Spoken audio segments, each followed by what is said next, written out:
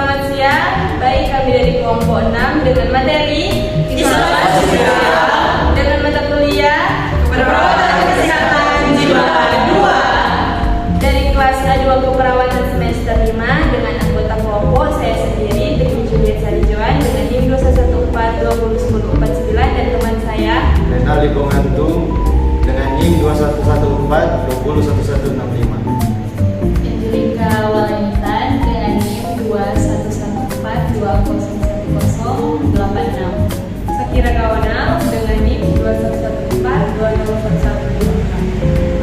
Kanyawala dengan NIM 21142068. Dengan saya sendiri, Wika Milupa dengan NIM 2114201065. Kami kelompok 6 akan membuat video tentang isolasi sosial. Shalom, selamat siang. Baik, terima kasih untuk kesempatan yang diberikan kepada kami. Kami merupakan mahasiswa Universitas Pembangunan Indonesia Manado, Fakultas Keperawatan semester 5. Saat ini kami akan memberikan edukasi kepada kakak-kakak mengenai isolasi sosial. Sebelum kita datang kepada materi, kita akan membagikan leaflet atau flyer kepada kami.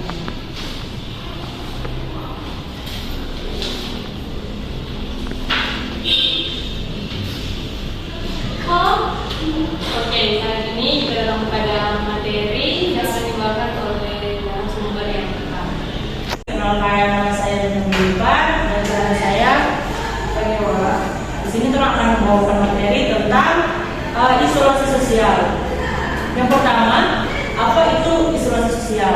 Jadi di sini yang seperti yang kakak sampaikan itu di leaflet, isolasi sosial itu merupakan keadaan seseorang yang mengalami penurunan bahkan sama sekali tidak mampu berinteraksi karena mungkin merasa ditolak dan tidak mampu menjalani hubungan baik antara sesama. Kemudian di situ ada etiologi. Jadi di sini di etiologi itu dipengaruhi karena faktor predisposisi diantaranya perkembangan sosial, budaya atau kegagalan mengakibatkan individu tidak percaya diri dan tidak percaya pada orang lain, lebih suka berdiam diri. Selanjutnya akan membawakan materi saya ini.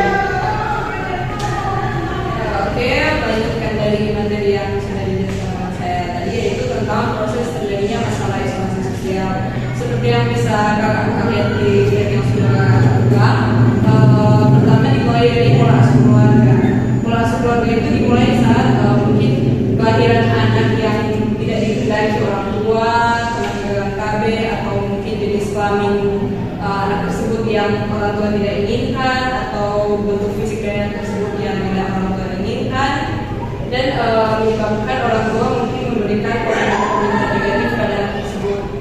Selanjutnya dari pola keluarga yang buruk hingga menyebabkan coping individu pada anak tersebut tidak efektif, sehingga anak tersebut bisa menghadapi kegagalan, ketidakberdayaan, tidak mampu menghadapi kenyataan, dan menarik diri dari lingkungan.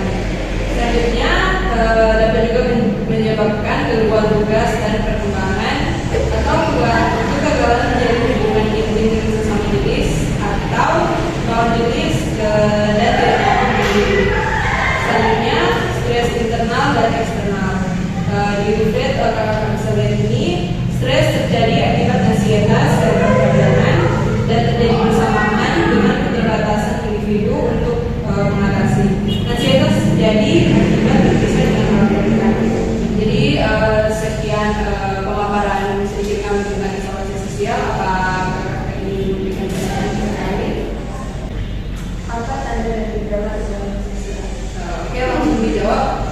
Bisa ada. Oke, terima kasih untuk pertanyaan dari kakak. Tanda dan gejala isolasi sosial itu dapat meliputi pendirian dan tidak mau berbicara, tidak mengikuti kegiatan, sering berdiam diri dalam kamar, sering menyendiri dan tidak mau berinteraksi bahkan dengan orang dekat, terlihat sering sedih, murung, datar dan dangkal, kemudian menghindari kontak mata dengan orang lain sambil bicara, kalau menjadi apatis, aktivitas menurun, dan mengisolasi diri. Sekian apa jawaban dari saya sudah membantu.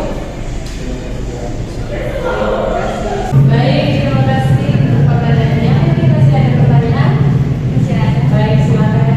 Apa penanganan dari isolasi sosial tersebut? Baik. Cara mengatasi isolasi sosial itu adalah pertama menggunakan 15 menit dengan berbicara dengan orang lain, contohnya teman, orang tua, saudara, ataupun tetangga. Dan yang kedua ada fokus dengan orang yang sedang berbicara. Jadi contohnya ketika teman sedang berbicara, dia tetap fokus mendengarkan teman kita berbicara, tidak boleh kayak contohnya kayak teman berbicara tapi kita sedang memainkan HP, seperti itu. Ketiga, membantu orang lain, berbuat baik kepada orang lain, contohnya mulai dengan menyapa teman atau tetangga atau orang tua, menanyakan kabar hingga mengikuti kegiatan sukarelawan. Dan yang keempat, menerima bantuan. Selain sudah menawarkan bantuan ataupun menerima bantuan juga bisa membantu meringankan sedikit beban pikiran dan perasaan. Olahraga, mau buat konsultasi dengan Dan yang terakhir dari mengatasi isolasi sosial itu yaitu konsultasi dengan profesional. Contohnya konsultasi dengan psikolog atau psikiater. Terima kasih. Baik, mungkin ada lagi. Terima kasih untuk waktunya yang diberikan pada kami.